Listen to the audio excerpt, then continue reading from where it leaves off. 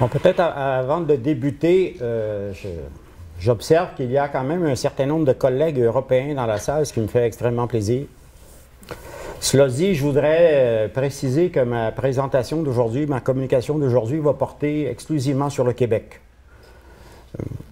Pourquoi? Parce que, comme l'expliquait la doyenne, on est dans le cadre des 50e de la faculté et ce 50e-là est extrêmement important parce qu'il marque aussi, à peu près à la même époque, l'institutionnalisation d'un système scolaire démocratique au Québec.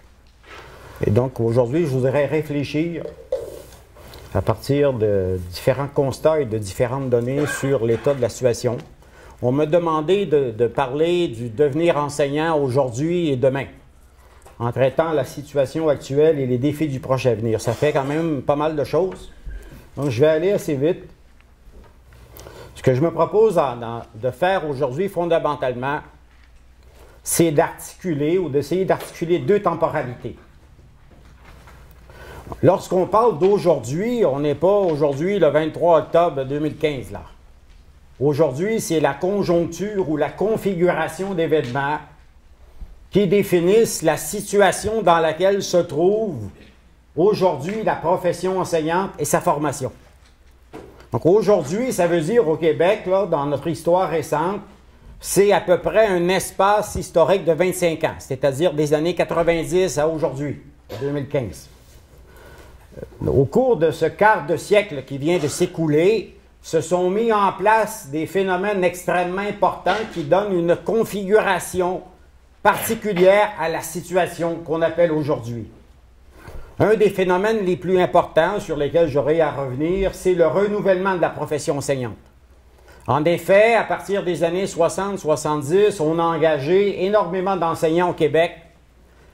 L'école s'est démocratisée, le nombre d'écoles s'est multiplié, les filières scolaires se sont allongées, on a créé des nouveaux champs. Le secondaire s'est développé, par conséquent, on a engagé des milliers d'enseignants. Ces enseignants-là ont formé le cœur de la profession enseignante des années 60 aux années 90, aux années 90. Et progressivement, ces gens-là ont pris leur retraite dans les années 90. À partir de entre 98 et 2003, 25% des enseignants qui étaient en poste ont quitté. Et ce mouvement-là se poursuit, quoique plus lentement. Donc, nous sommes dans une phase de renouvellement de la profession enseignante. Cette époque-là aussi a été marquée en Amérique du Nord, mais aussi en Europe, par l'essor du mouvement de professionnalisation de l'enseignement. On a voulu faire passer l'enseignement du statut de métier à celui de profession. On aura peut-être tantôt à revenir sur cette question-là. Par ailleurs, cette période-là des dernières 25 années a vu aussi de nombreuses réformes. Par exemple, notre système actuel de formation a été mis en place par une réforme majeure en 92 et 94 et une seconde réforme en 2001. Donc, le système actuel n'est pas récent, il a déjà près d'un quart de siècle derrière lui. Ces réformes-là de la formation des maîtres se voient aussi couplées à de nombreuses réformes qui marquent la société et l'école québécoise. Au Québec, en 95-96, il y a eu une immense commission qu'on appelle la Commission des États généraux sur l'éducation, de laquelle a découlé une série de réformes majeures, notamment une réforme du curriculum, une réforme des programmes scolaires de l'école québécoise. Donc, depuis les 25 dernières années, il y a des réformes. Il y a aussi, dans le dernier quart de siècle, une transformation importante de la société québécoise. La société québécoise, comme beaucoup de sociétés occidentales, vieillit. La place qu'occupe l'éducation dans la société diminue. Je lisais il y a quelques jours qu'au Québec et au Canada, maintenant, le groupe des personnes de 65 ans et plus est maintenant plus nombreux que le groupe des 20 ans et moins.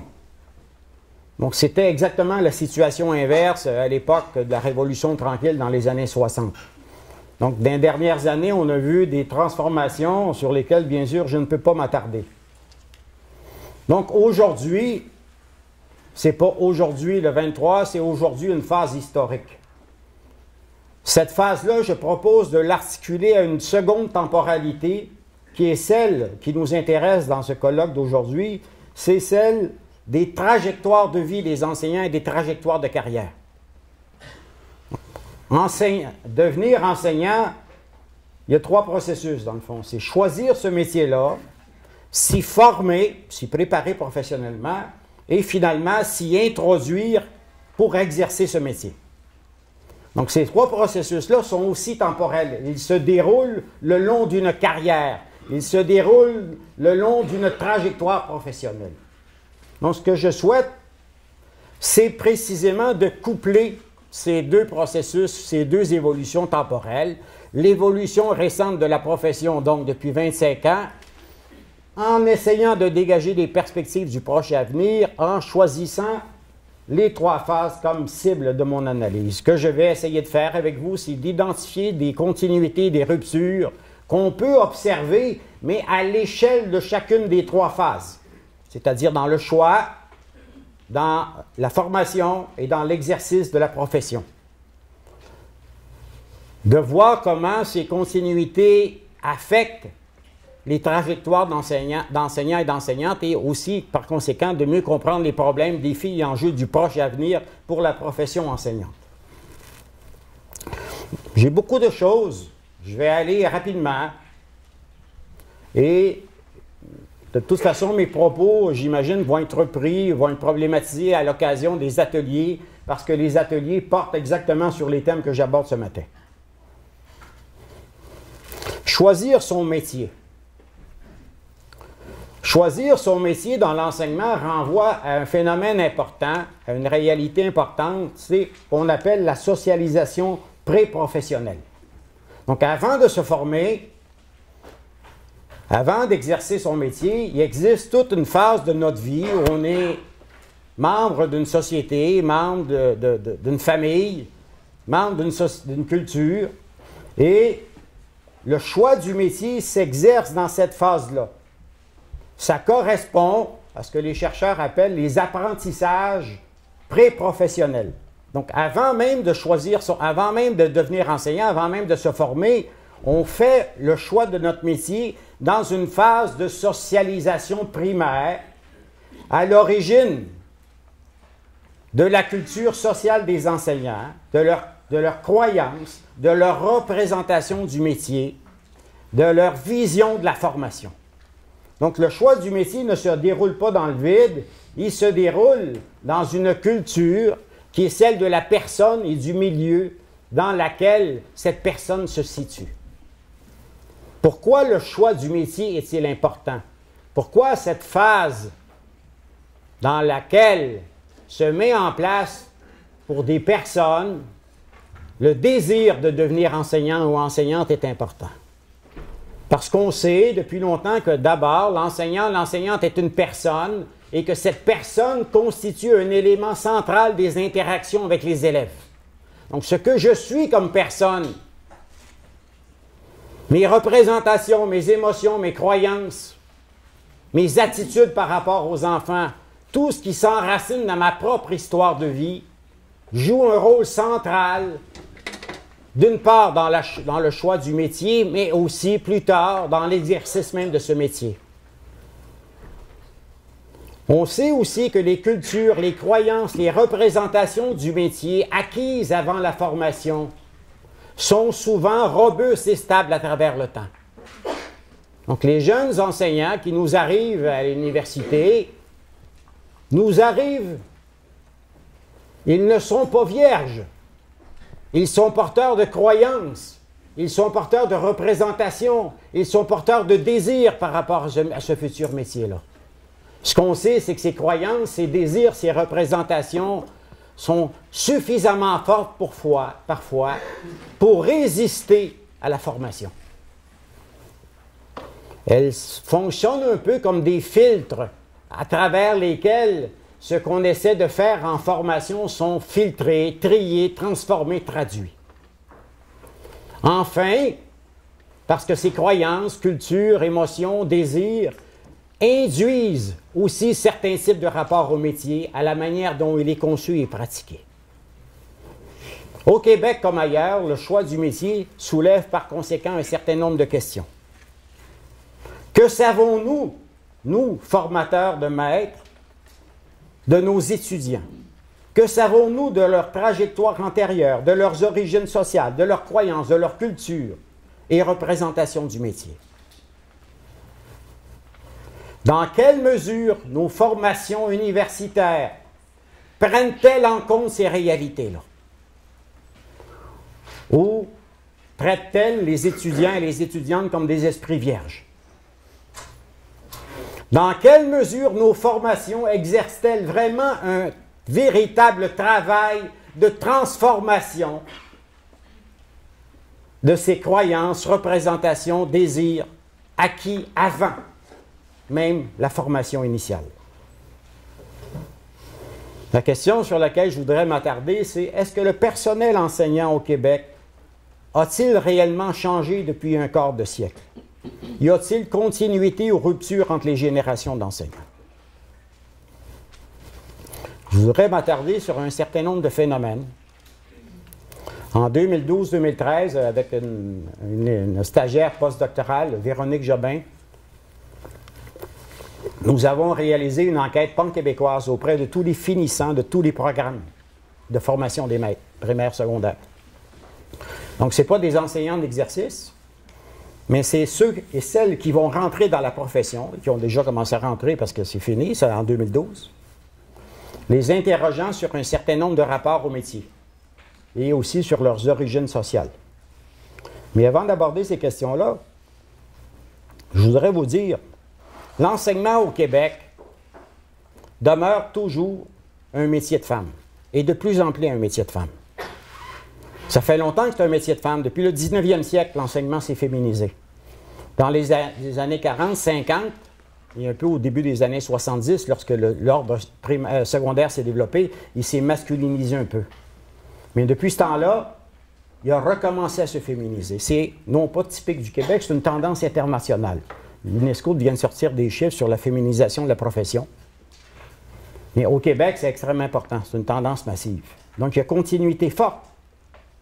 Ces femmes, par exemple nos étudiantes dans la province de Québec, qui viennent sur les bancs des universités pour se former à devenir enseignants et enseignantes, ces femmes sont majoritairement blanches et appartiennent à la majorité francophone.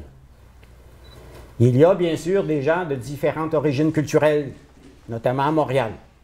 Mais ces gens-là forment dans l'enseignement une très petite minorité.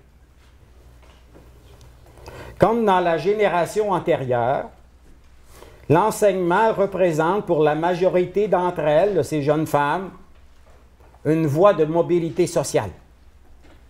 Et une voie de mobilité ascendante par rapport à leurs parents. Je vais vous donner 2-3 petites statistiques ici et là. Par exemple, dans l'enquête qu'on a réalisée avec Véronique, on a interrogé les métiers des parents, des professions. 27% des pères des étudiantes sont des travailleurs manuels. 27. 10% d'autres sont des travailleurs œuvrant dans le secteur des services. 9% des employés de bureau. 11% des techniciens. De leur côté, les professionnels représentent 15% de l'échantillon et les enseignants 3,9%. Donc, parmi les enseignants, il y a une petite portion d'enseignants qui étaient leurs parents. Les emplois de cadres et d'administrateurs d'entreprise forment à peine 8%.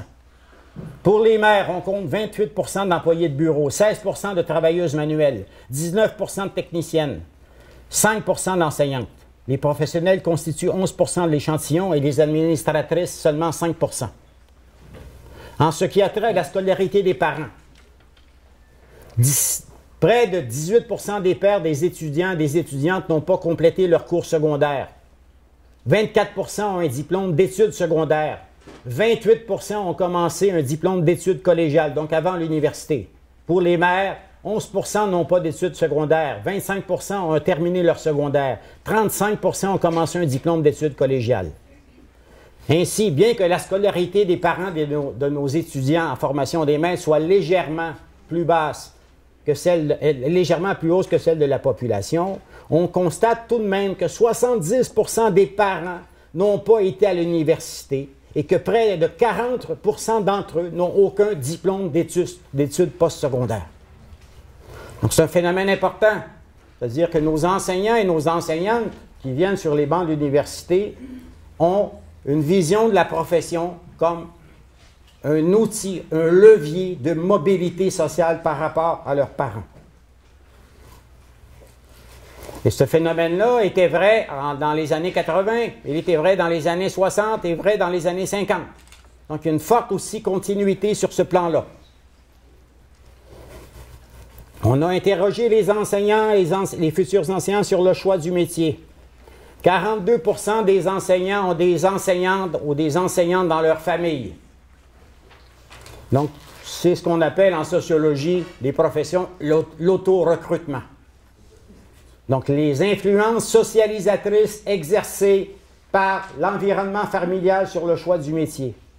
Le 5e des enseignants, des futurs enseignants de la province de Québec ont déclaré avoir été influencés un peu ou beaucoup par les membres de leur univers familial. Les 3 motifs les plus importants pour le choix de carrière reflètent une mentalité qu'on appelle en sociologie des professions, c'est un peu mon domaine, reflète une mentalité de service et un rapport émotionnel au métier. Pourquoi voulez-vous devenir enseignant et enseignante? 87,3 déclarent pour travailler avec les enfants. 79,8 pour transmettre des valeurs aux enfants. 79,3 pour aider les enfants à devenir membres de la société.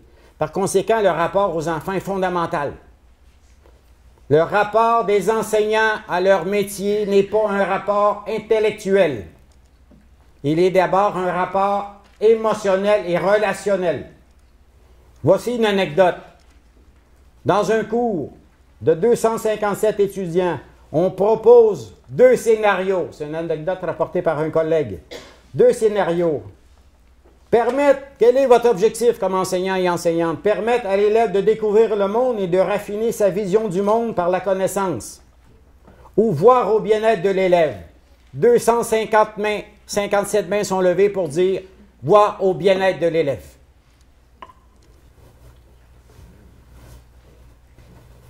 On peut se demander si les systèmes de formation des enseignants mis en place depuis 25 ans se heurtent dans leur visée de professionnalisation à ces lignes de continuité qui caractérisent le renouvellement de la profession enseignante. Les formations changent, il y a des réformes, mais les formés avec lesquels nous travaillons changent-ils, eux, vraiment sur certains aspects fondamentaux? Les données que je viens de vous donner et de vous présenter, manifestement indiquent des lignes de continuité assez fortes. À mon avis, au Québec, j'ai envie de dire pour l'ensemble des pays de l'OCDE, notre système de formation semble peu novateur sur le plan social. Il tend à renouveler une profession passablement homogène et traditionnelle par le genre, l'origine sociale, l'auto-recrutement, les mentalités et les croyances. Réfléchir sur l'attractivité de notre profession, sur les modalités de sélection des candidats, sur les identités sociales et les trajectoires sociales culturelles de ceux qui viennent dans nos facultés me semble un enjeu de la plus grande urgence.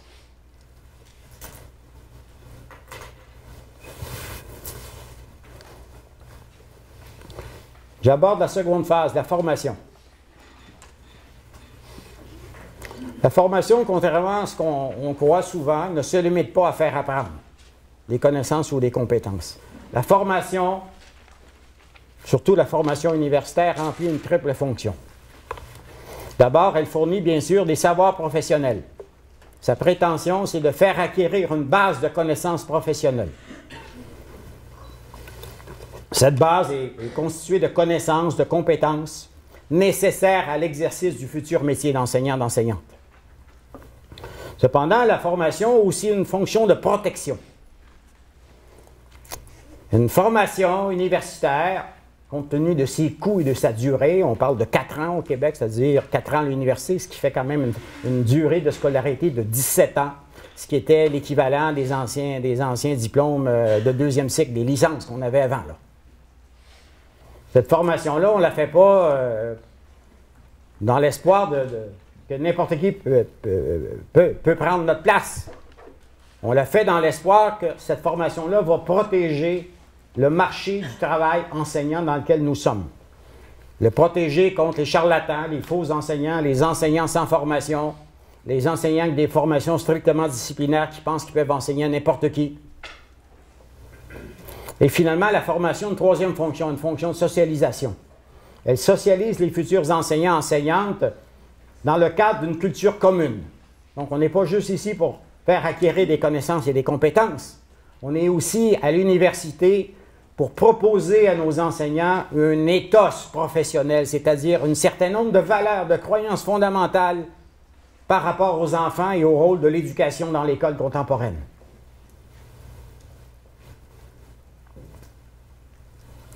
Donc, je vais m'attarder successivement sur ces trois phénomènes-là en interrogeant des transformations ou continuités.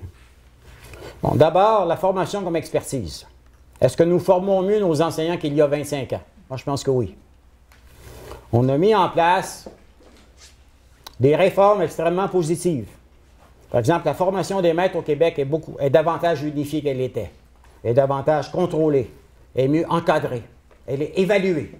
Notamment, il y a un comité qui s'appelle le comité d'agrément des programmes qui fait le tour des universités et qui doit agréer les programmes. Dans ce sens-là, on n'est plus à l'époque des années 60, 70 ou 80 où les universités étaient laissées elles-mêmes et faisaient un peu ce qu'elles voulaient en formation des maîtres. Non, il y a des cadres, il y a des contraintes, il y a de l'imputabilité. Autre progrès évident, l'allongement et le renforcement de la formation pratique. On est passé, à partir des années 92, 94, à une formation pratique qui tournait autour de 200, 300 heures, à minimalement 700 heures. Et non seulement c'est 700 heures, mais la formation pratique est au cœur du dispositif de formation. On a assisté aussi, depuis un quart de siècle, à un resserrement relatif, je dis relatif, parce que c'est toujours un enjeu, entre les universités et les milieux scolaires.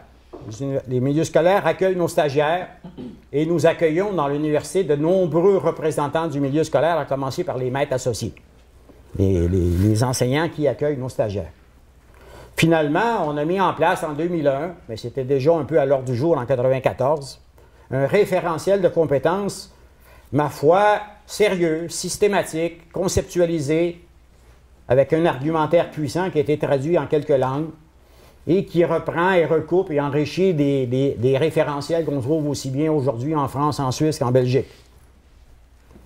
Ce référentiel-là, je dirais que sa force, c'est qu'il a amené les universitaires, les autorités facultaires, les responsables de programmes à concevoir des formations centrées non plus sur des savoirs disciplinaires, mais sur des activités professionnelles et des situations professionnelles.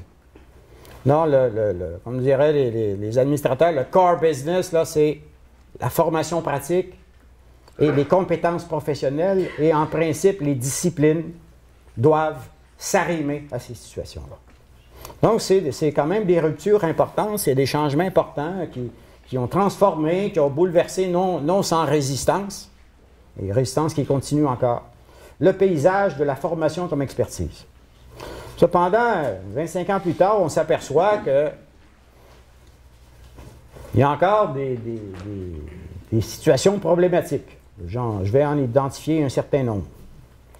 D'abord, il n'y a pas de consensus scientifique au Québec comme ailleurs sur la nature des savoirs, je parle des compétences et des connaissances qu'on devrait retrouver dans les programmes de formation des maîtres. Donc, on retrouve des différents domaines, les didactiques, la psychopédagogie, la sociologie de l'éducation, la formation, la pratique réflexive, mais il n'y a pas de consensus scientifique ni, je dirais, idéologique sur ce qu'on devrait retrouver dans ces programmes-là. Donc, les programmes, lorsqu'on regarde les universités québécoises, d'une université à l'autre, il y a une certaine contingence des programmes. Il y a parfois des variations importantes entre les programmes des universités québécoises. Pardon. Un autre phénomène inquiétant, malgré le mouvement de professionnalisation, c'est le dégagement massif des professeurs de carrière. Les professeurs de carrière, c'est moi, là. Toute ma carrière est à l'université, je parle des professeurs permanents à temps plein qui font carrière, dans le champ de la formation des enseignants. Ce désengagement-là n'est pas juste une histoire personnelle, les gens ne veulent pas enseigner en formation des maîtres, mais est lié aussi à des évolutions de notre système. La valorisation de la recherche scientifique, l'engagement de nombreux chargés de cours qui coûtent moins cher que des profs permanents. Donc, on a affaire à un phénomène dangereux. Comment peut-on former des professionnels à l'université si, pour une grande part, ces gens-là ne sont pas formés par des universitaires? Des universitaires de carrière. Par ailleurs, ces dernières années, il y a eu plusieurs recherches, notamment au moins 4 thèses au Québec, très sérieuses, qui ont montré que le référentiel du ministère s'incarnait encore avec difficulté dans les pratiques des formateurs universitaires.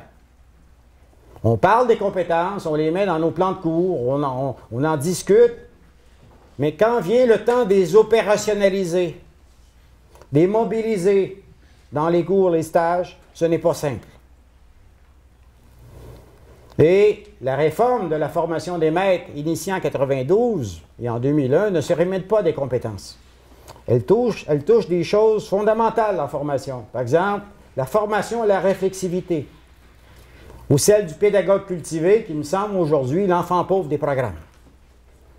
Donc, on a fait une réforme, on a changé des choses, on les a améliorées, mais il y a encore, aujourd'hui et demain, des enjeux centraux. La formation comme protection. J'étais dans la formation comme expertise. Un constat. Moi, j'ai commencé à travailler dans le champ de la formation des enseignants à peu près en 85. J'étais le professionnel de Claude Lessard. En 85, c'est le moment où déclenche le mouvement de professionnalisation aux États-Unis. 4-5 ans plus tard, il arrive au Québec. Donc, les premiers rapports du Conseil supérieur de l'éducation, on commence à publier des livres sur ce thème-là. De 85 à 2005, à 2015, ça fait quand même 30 ans, là. Ce qu'on observe, c'est que le mouvement de professionnalisation ne s'est pas réalisé. Ne s'est pas réalisé. L'enseignement n'est pas une profession.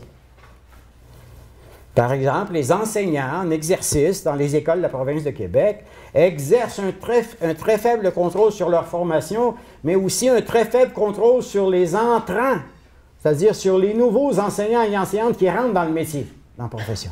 En fait, ils n'exercent aucun contrôle en réalité. Donc, en médecine, la corporation médicale peut dire « toi, tu peux rentrer, toi, tu ne peux pas rentrer » pour telle ou telle raison. Au Québec, et à peu près partout ailleurs, les enseignants ne peuvent pas dire ça. Ils n'ont aucun contrôle sur la limite, sur la barrière qui permet à des candidats de franchir cette barrière-là pour rentrer dans la profession. Autre phénomène, le ministère de l'Éducation de la province de Québec délivre depuis 2000, donc depuis une quinzaine d'années, ce qu'on appelle des tolérances d'enseignement de 2200 à 3000 par année. Ça veut dire des gens qui n'ont pas complété leur formation, qui enseignent. On a aussi observé ces dernières années, dans certaines facultés de la province de Québec, la mise en place de voies alternatives moins longues de formation des enseignants au détriment des baccalauréats de 4 ans. Et il n'y a pas une semaine, c'est ainsi qu'on n'entend pas parler des professeurs des facultés disciplinaires qui nous disent qu'on devrait permettre à leurs étudiants, après 3 ans de bac en littérature, de pouvoir enseigner au secondaire, sans se former en pédagogie. On sait aussi, par exemple, que 20% des enseignants du secondaire enseignent des matières pour lesquelles ils n'ont pas été formés ou très peu formés. Ce pourcentage-là s'élève à 50% chez les enseignants précaires.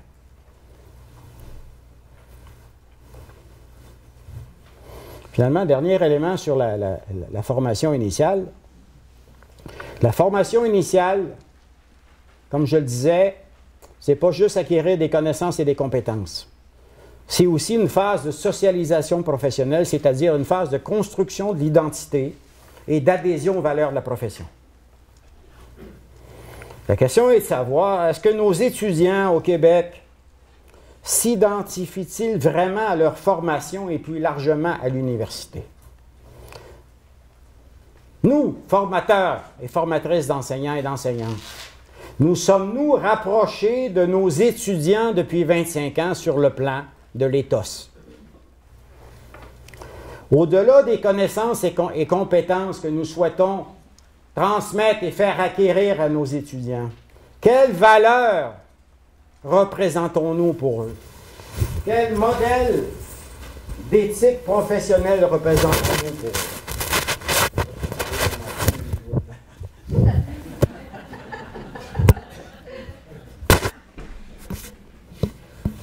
Les croches sont en train de perdre.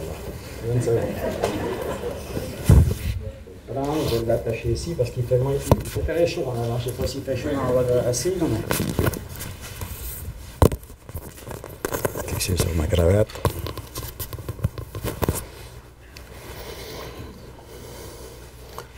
Moi, un constat que je fais sur l'ensemble de ma carrière, là, qui a une trentaine d'années, là, je trouve qu'on doit sérieusement s'interroger, nous les universitaires, sur la profondeur de l'influence socialisatrice qu'on exerce sur nos étudiants. Je le disais tantôt, notre présence dans la formation des maîtres, notre présence dans les programmes de premier cycle, notre présence dans les stages est trop faible, ce qui explique en partie notre faible impact sur le plan de la socialisation professionnelle. Si les étudiants nous ne voient pas, si nous ne sommes pas dans les espaces où eux se forment, où eux vivent, expérimentent le métier, il est normal qu'ils ne puissent s'identifier à nous. Cette difficulté-là découle aussi, à mon avis, de l'hétérogénéité des valeurs et des croyances entre les diverses catégories de formateurs qui enseignent aux futurs enseignants. Une faculté d'éducation, ce n'est pas juste une personne. C'est plusieurs dizaines de personnes, différents acteurs, des universitaires, des superviseurs de stage, des enseignants qui accueillent des stagiaires. Et à l'intérieur des professeurs, il y a eux-mêmes des divisions ou des traditions, des gens en didactique, des gens en psychologie, des gens en sociologie. Historiquement, nous avons de la difficulté à l'université à nous asseoir ensemble et à élaborer une vision collective et un ethos commun du métier. Bien souvent, ce que nous proposons à nos étudiants, c'est une variété d'éthos qui varie selon les groupes. Par exemple, les enseignants qui accueillent les stagiaires n'ont pas forcément les mêmes croyances que les professeurs d'université. Ça veut dire que les jeunes universitaires qui étudient dans les programmes de formation à l'enseignement pendant 4 ans restent au bout du compte relativement étrangers à la culture universitaire. Lorsqu'ils deviennent enseignantes ou enseignants, mais la profession enseignante est constituée majoritairement de femmes, il arrive malheureusement que cette distance-là, qui s'est instaurée pendant la formation, devienne une rupture lorsque les enseignants et les enseignantes commencent leur pratique de leur métier. Donc cette rupture-là, qui est souvent dénoncée par les universitaires, on ne comprend pas pourquoi les enseignants se reconnaissent si peu dans leur formation. Peut-être que cette rupture-là, c'est nous-mêmes qui avons mis en place le creuset dans lequel elle s'est élaborée.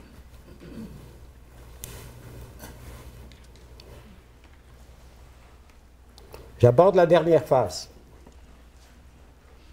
La dernière phase, le sous-titre à l'encre invisible, c'est « Tout ne va pas bien dans le meilleur des mondes ».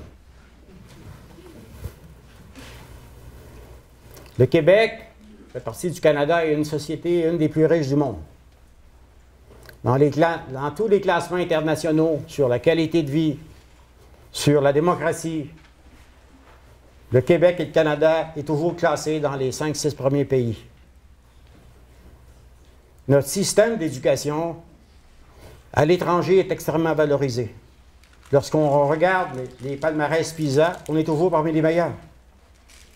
Les pays asiatiques, la Finlande devant le Canada, bien après c'est nous. Et dans le Canada, le Québec se classe bien.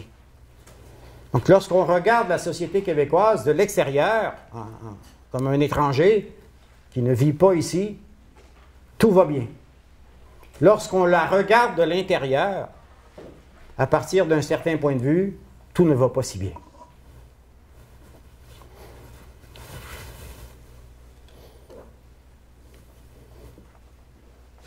Avant d'exercer son métier, encore faut-il s'y insérer. Faut-il s'y initier. Donc l'insertion, qu'est-ce que c'est? C'est deux choses. C'est d'abord une phase durant laquelle on se cherche un emploi. Parce qu'ici, au Canada, au Québec et aux États-Unis, c'est pas comme le système, par exemple, français, là. C'est un marché libre. Les gens se forment, ils sortent avec un diplôme qui les autorise à enseigner, mais après ça, c'est à eux de se trouver un poste. Donc, l'insertion, c'est d'abord se trouver un poste.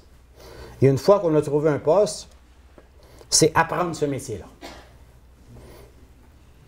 C'est dans cette phase-là, là, je cite les conclusions de la littérature universelle depuis 30 ans sur l'insertion, là. C'est une phase où les enseignants mettent à l'épreuve et à distance leur formation initiale. C'est la phase où ils élaborent leurs connaissances, leur savoir d'expérience dans le métier. C'est à ce moment-là, souvent, que se consolide le choix du métier.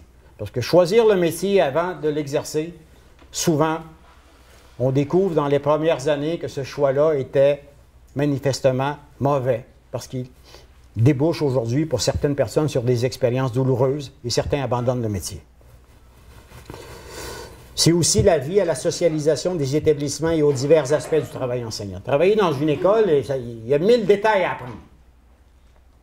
C'est travailler dans un milieu humain, c'est rentrer dans une équipe enseignante, c'est avoir des interactions avec des autorités, la première étant la direction de l'établissement. C'est pas juste travailler dans sa classe aujourd'hui, c'est rencontrer différentes catégories de personnel, c'est travailler avec des techniciens au Québec, des techniciens en adaptation scolaire, des surveillants d'élèves. C'est aussi travailler avec des parents. Donc, c'est une socialisation extrêmement importante. C'est la découverte de ce qu'on peut appeler le micro-monde de l'école avec ses règles, ses normes, dont souvent, la plupart ou plusieurs sont implicites. Donc, il faut les découvrir sur le terrain. C'est aussi apprendre à gérer et à concilier les tensions entre leurs aspirations personnelles et leurs relations aux élèves, car ceux-ci sont au cœur du métier. Je vous disais tantôt pourquoi les enseignants, majoritairement les femmes, choisissent le métier d'enseignant, par amour des enfants. Pour les aider, pour les soutenir, pour les faire grandir. Mais lorsqu'ils découvrent les enfants réels,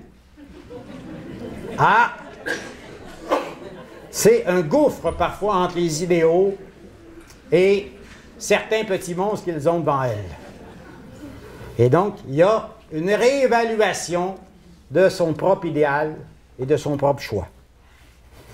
Donc, la phase d'insertion, c'est une phase extrêmement importante. C'est là que, dans le fond, que se construit notre savoir-faire, comme enseignant-enseignante. C'est là que construit notre identité. C'est là que se consolide notre choix. Au Québec, l'enseignement, vous devez le savoir, mais ce n'est pas écrit dans les journaux nulle part, l'enseignement est une profession fendue en deux. Au Québec, l'enseignement est une profession fendue en deux.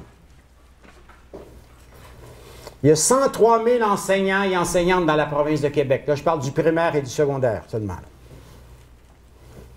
Ni des collèges, ni des universités. Devenir enseignant, c'est devenir précaire. Le taux de précarité moyen, tous les secteurs scolaires confondus, en 2012, c'est les dernières statistiques disponibles, est de 46 % dans la province de Québec. Concrètement, sur 103 000 enseignants et enseignantes, ça veut dire qu'il y a 49 000 qui sont précaires et 54 000 qui sont permanents. L'enseignement est une profession fendue en deux. Dans certains secteurs où les clientèles scolaires sont les plus démunies, les plus défavorisées, des clientèles scolaires qui ont toujours eu un rapport problématique à l'école, comme dans le secteur de la formation professionnelle ou l'éducation générale des adultes, parce que vous devez savoir qu'au Québec, l'éducation générale des adultes n'est rien d'autre que la poursuite de l'éducation secondaire par d'autres moyens. L'éducation des adultes récupère à 75-80 % des étudiants qui ont quitté ou échoué l'école secondaire. Le taux de précarité des enseignants dans ces secteurs-là est de 76 et 78 %. La Commission des États généraux de l'éducation en 1996 disait « Il faudra rapidement que dans le secteur de la formation professionnelle et de la formation des adultes, qu'on mette en place des équipes enseignantes stables, permanentes, pour soutenir les jeunes qui sont là, jeunes qui sont en difficulté. » 20 ans plus tard, vous voyez ici l'évolution de notre système scolaire et l'effet des politiques éducatives sur ce système-là. 25 ans plus tard, est-ce que l'insertion, qu'en est-il aujourd'hui dans le proche avenir? L'enseignement traite-t-il mieux aujourd'hui ses nouveaux membres? Non. Les données que je viens de vous présenter, ce n'est pas une nouveauté, elle existe depuis le début des années 80. Donc, ce n'est pas juste une phase, là. C'est une tendance structurelle.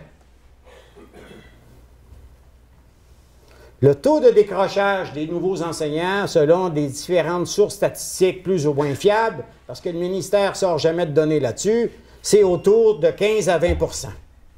Les débuts de carrière des nouveaux enseignants restent encore trop souvent vécus comme une période pénible. Avec une collègue, Cécilia Borges, nous travaillons dans une communauté d'apprentissage professionnel qui regroupe 55 enseignants de la région du Grand Montréal. C'est des jeunes enseignants de 6 ans et moins de carrière. Ces enseignants-là et enseignantes ont travaillé, parce que c'est des précaires, dans plusieurs écoles. Certains enseignants, certaines enseignantes, dans une seule année, ont pu travailler dans 40 écoles différentes. C'est assez pénible. Comme je le disais tantôt, les liens entre formation et emploi restent souvent aléatoires chez les jeunes. Aux États-Unis, le National Council of Teacher Quality a fait un rapport en 2013. Il a fait une évaluation de tous les programmes de formation des maîtres aux États-Unis. Et il s'était demandé, que vaut la formation des enseignants américains? Est-elle médiocre? Le rapport a qualifié la formation des maîtres aux États-Unis d'industrie de la médiocrité. Pourquoi? Parce qu'elle force chaque enseignant à inventer sa propre voie. C'est-à-dire que chaque enseignant, une fois formé aux États-Unis, doit oublier sa formation et inventer par lui-même les bases de son métier. Ce qui est personnellement et socialement très coûteux. Nous devons au Québec nous méfier de cette tendance-là qui caractérise l'Amérique du Nord.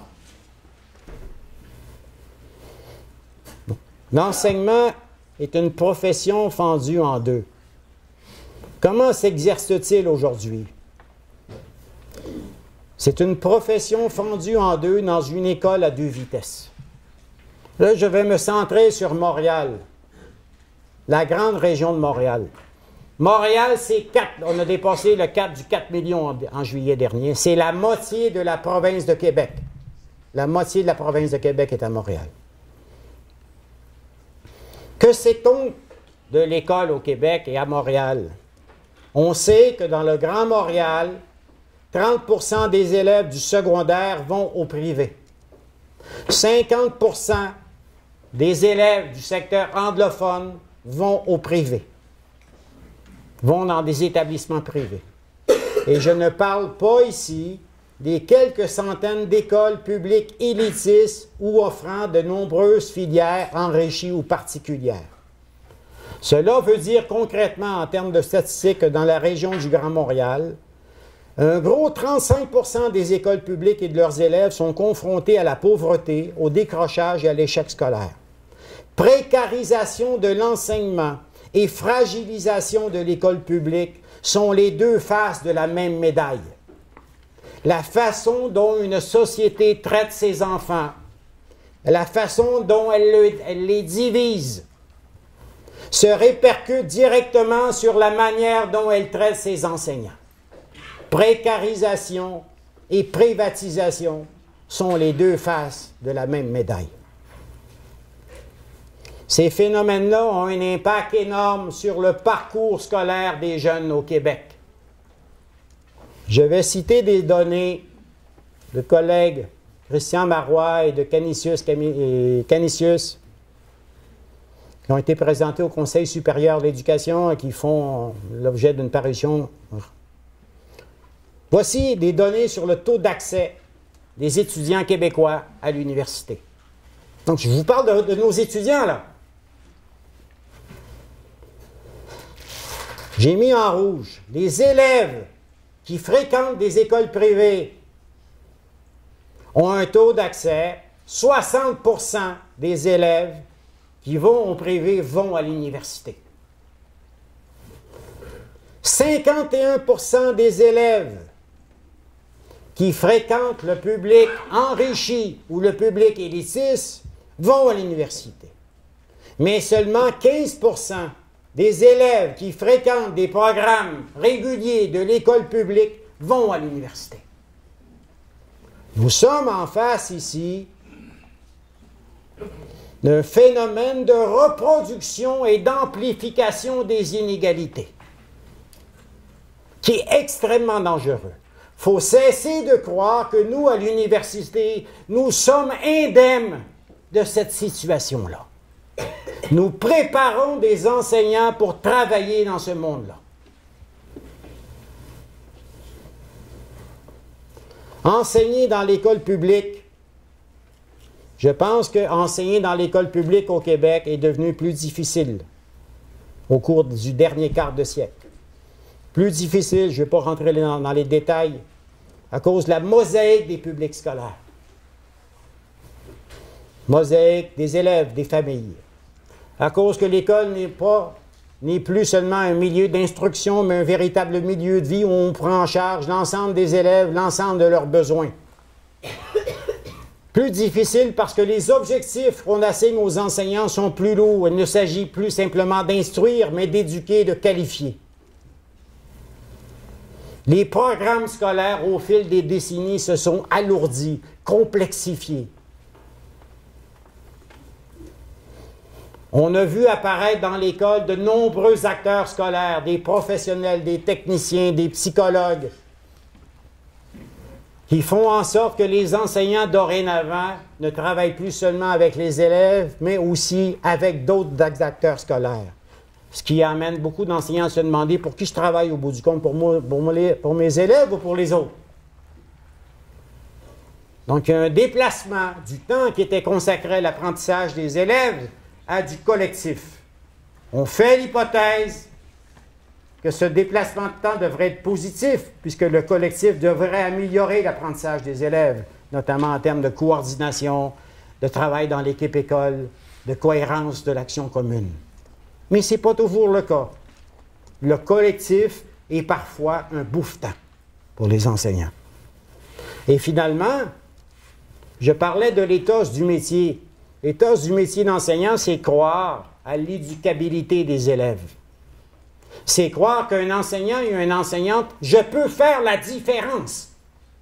Quand j'enseigne à Montréal, dans les milieux les plus pauvres, je pense que je peux faire la différence. Si je ne pense pas ça, je dois quitter la profession.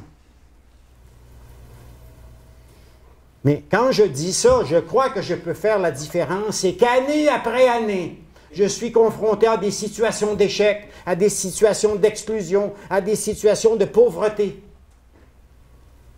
C'est extrêmement difficile de vivre ces situations-là si on croit qu'on peut faire la différence, parce qu'au bout du compte, on s'aperçoit année après année qu'on ne la fait pas, la différence. C'est une tension au cœur du travail enseignant aujourd'hui. Travailler sur la ligne de feu, penser qu'on peut éteindre les feux alors que la forêt continue de s'embraser. Au Québec, nos enseignants sont mis de plus en plus sous pression. Leur travail, je parle des enseignants de l'école publique, leur travail s'est complexifié, y alourdi, non pas en ce qui concerne sa durée ou le nombre d'élèves par classe, mais en termes de charge mentale et émotionnelle, ainsi qu'en fonction du spectre beaucoup plus large de compétences, de rôles et de responsabilités professionnelles qu'ils doivent assumer. Nos enseignants, ce qu'on attend d'eux, c'est qu'ils deviennent des caméléons professionnels, qu'ils jouent plusieurs rôles. Épuisement, risque d'épuisement, risque de dépersonnalisation. Parce que si je joue trop de rôles, je finis par me perdre. Et je ne sais plus qui je suis comme enseignant ou enseignante.